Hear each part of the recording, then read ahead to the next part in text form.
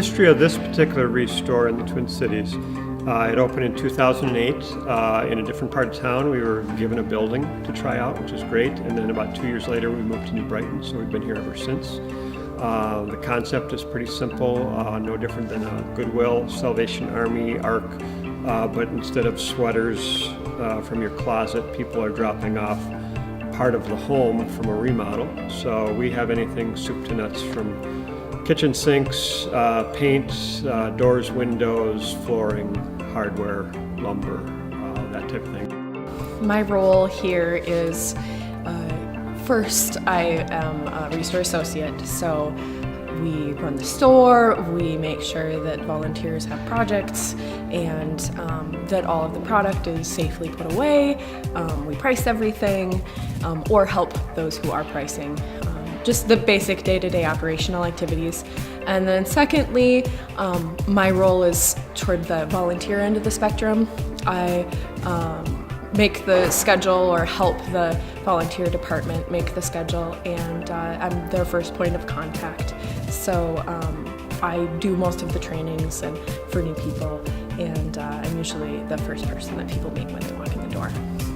We're proud to say that the Twin Cities affiliate here for the Habitat for Humanity, we build, we're one of the highest builders in the country, so I think we're number 5 nationwide, and we will build 50 to 60 homes a year. We'll renovate through our Brush with Kindness program about 125 a year. The ReStore is great because we're a social enterprise. Our goal is to generate revenue.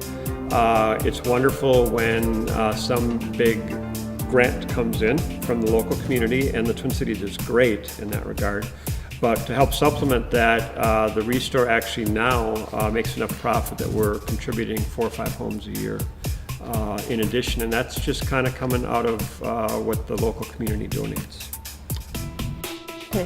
I'm a new volunteer, and I have done very simple things. I've sorted metallic and non-metallic things and put the stuff in a 10-gallon barrel. I mean, it's just like, whoa! And I don't really know enough to do anything fabulous. Just these small things of pricing and sorting and stacking. My wife and I are getting ready to sell our house, put it on the market, our townhouse, and just looking for ways to save money, trying to do it as inexpensively as possible with still good quality. So that's what we talked to a friend of mine, and he recommended this place and said this is a good way to get some good quality stuff for less money. I come here looking for things to repurpose mostly. I always look at the hardware, the antique doors, old cabinet doors, and I like to repurpose and make them into mirrors, signs. I've bought tables and chairs here and repainted them, and some I keep for myself, some things I give, some things I sell. One of the biggest things we're finding is with paint and primer and some of that stuff, you can save a ton of money and still get really good quality stuff. Here, maybe get a full gallon for what you'd pay for a quarter gallon or half gallon somewhere else, and you still get the same quality or better quality than you'd pay there. I probably come here once or twice a month. I come back because it's kind of like a treasure hunt, I feel like. I never know what I'll find, and I kind of get inspired when I see something, and try and be creative with what I can repurpose it into or make it into. I look on Pinterest quite a bit, so I get a lot of ideas from that, and I rarely leave here without buying something. Everybody here is awesome. They're super friendly, really helpful.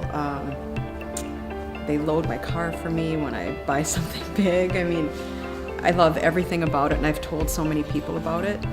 I kind of hate to, because I feel like it's my little secret sometimes, but I can't help it because I just think it's a great place, and I feel like I'm giving back. You know, when I buy something here, money goes back to people who need it. So it's a great place.